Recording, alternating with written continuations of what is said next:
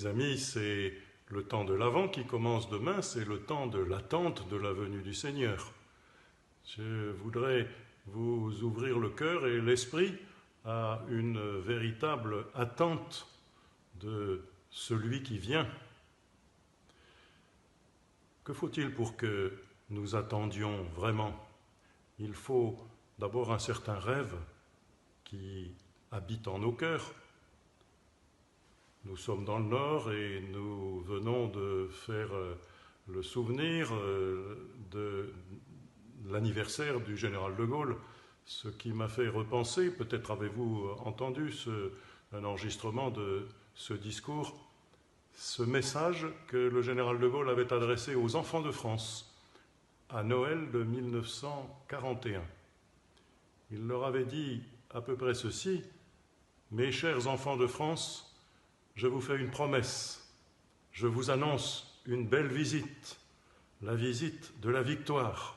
Ah, qu'elle sera belle, disait-il. » Il a certes fallu attendre encore 2 ans et demi avant que vienne le débarquement et les vraies possibilités de penser à une victoire. Mais il fallait d'abord ce rêve. Je pense au rêve du pasteur Martin Luther King en 1963, quand il disait « Je fais un rêve, le rêve d'un monde où les fils d'anciens esclaves et les fils d'anciens propriétaires d'esclaves puissent être ensemble à la même table de la fraternité. » C'est le rêve déjà du prophète Isaïe.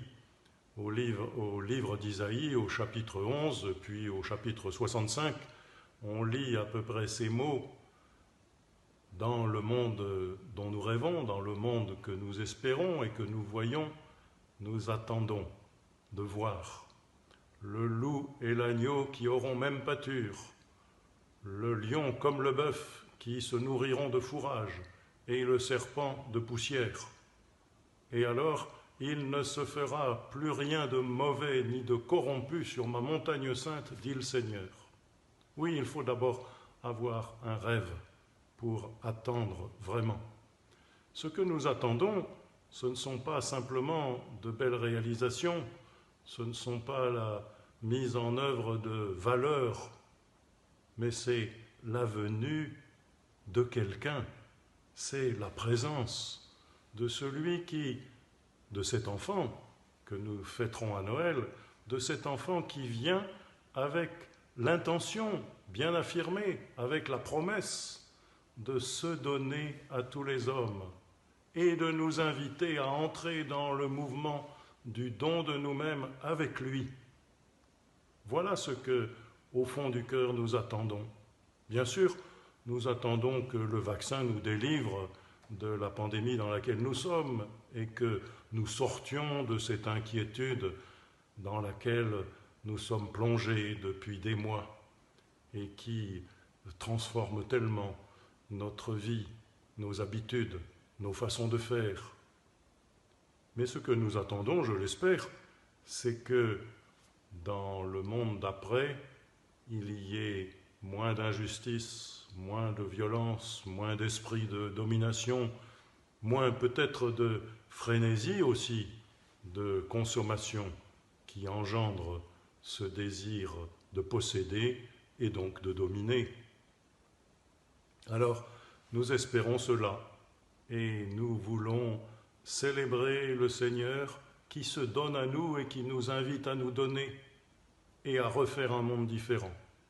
Ce week-end, les Semaines sociales de France, qui se réunissent traditionnellement le dernier week-end de novembre, sont en réflexion, par visioconférence bien sûr, en réflexion pour refaire société.